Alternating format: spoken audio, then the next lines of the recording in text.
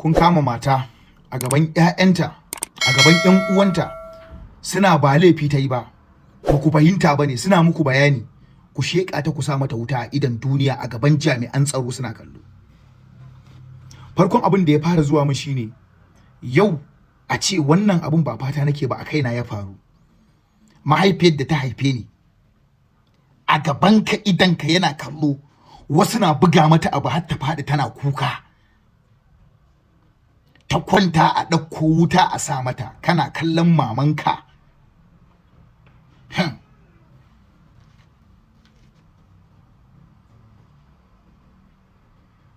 Akan zargi, ku kalli mata cikin sutura na mutunci, ta zo ta tambaya dan Allah ina ne wajen da ake walima. Wai wata mata kawai da yara suka kurma ihu wai barauniyar yara ne. Wai 'yan sandan da ake biyan su salari domin kare ran al'umma,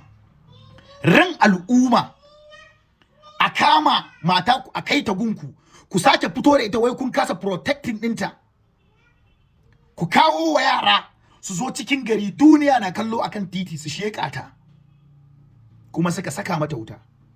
Wai ga mijinta ya zo yana kallon gawon matarsa na ci da wuta, ga 'ya'yanta ga 'yan uwanta. Wai wata ma mata baɗa take wannan, wai tana kuna dukanta, ta zo tana jin hannunta tana kar ku yi haka. Wai ɗan sanda ne ma yake fusgatta yake tura ta titi. Najeriya anya. Wato ni kullum idan wayannan abubuwan sun faru, kun san me yake zuwa min rai?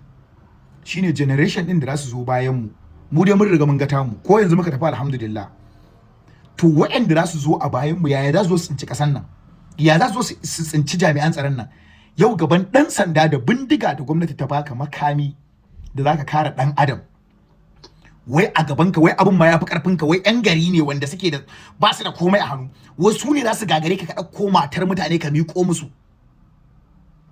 To bari mu tsaya mu ga me gwamnati za ta wa yan sandan, bari mu tsaya mu gani me za a yi akan wannan abun. Wani abun ma ka tashi yin bidiyon zaka yi magana ka rasa ma me zaka ce, saboda abun ya wuce irin expectation ɗinka. Rashin mutuncin da rashin kunyan da abun ya wuce yadda zaka kwatanta shi. Wace irin masifa ce wannan? To ita dai wannan baiwa Allah mun kyautata masa zato, kuma wallahi tallahi kin tafi ta hanyar da ya dace. Daukar ranki aka yi baki ji ba baki gani ba, kuma zaki tashi gaban Allah insha Allahu a matsayin shahidiya. Allah ya ji kanki, ya gafarta miki, ya yafe miki wa'annan yaran kika bari, Allah ya albarkace su, mijinki da iyayenki da yan uwanki Allah ya baki hakurin, Allah ya ba su hakurin rashin ki.